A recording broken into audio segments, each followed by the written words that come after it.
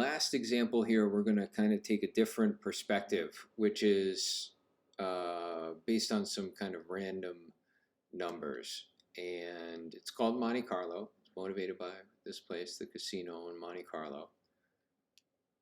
So again, we're going to have some domain defined. This time I'm going to have a lot more points here.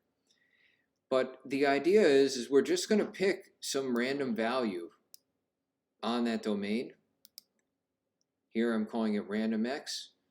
And we're going to find the height of a rectangle at that random x value. And this is going to be our first approximation.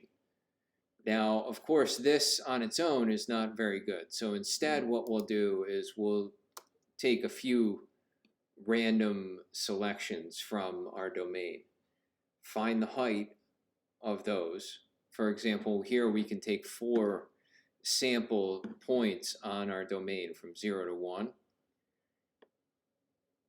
All right, and we'll evaluate the height of the rectangle and find the area of the rectangle on each of those. And then what we'll do is we'll just take the average of those areas.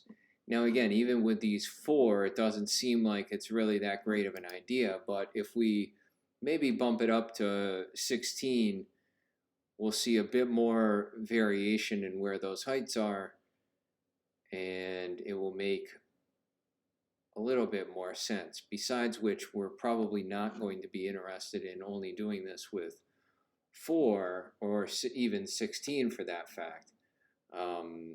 We'll be interested with a much higher kind of number. So if we were to pull 16 random values from our domain, again, what we're doing is we're finding the height of each of those points on this function and subsequently in a rectangle defined on that interval.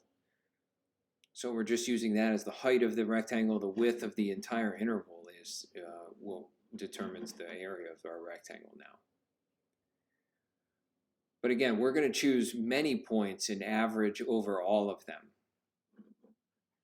So all that really involves is just taking a random choice of some size from our domain. Here, what we're doing is we're sampling 100 random values from 0 to 1.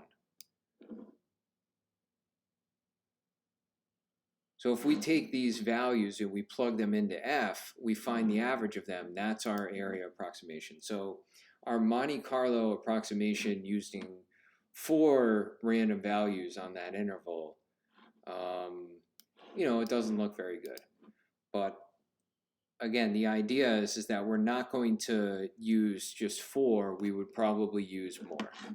And using the same number, the 4, the 40, 400, 4,000, 40,000, and 400,000, we see that our error doesn't decrease nearly as fast as it did for our triangular, I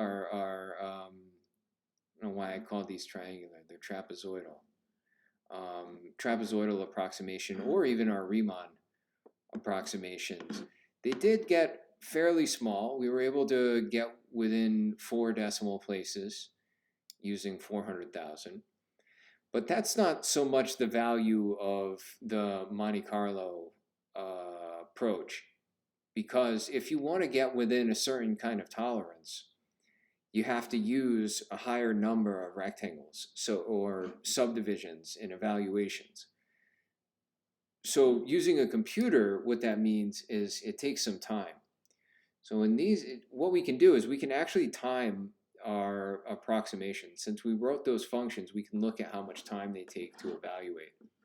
So the Riemann approximation in our example above, to use 100,000 rectangles, took 125 milliseconds. The trapezoidal approximation, a little bit faster, 114. But our Monte Carlo, hopefully that's much, much faster, 39.8.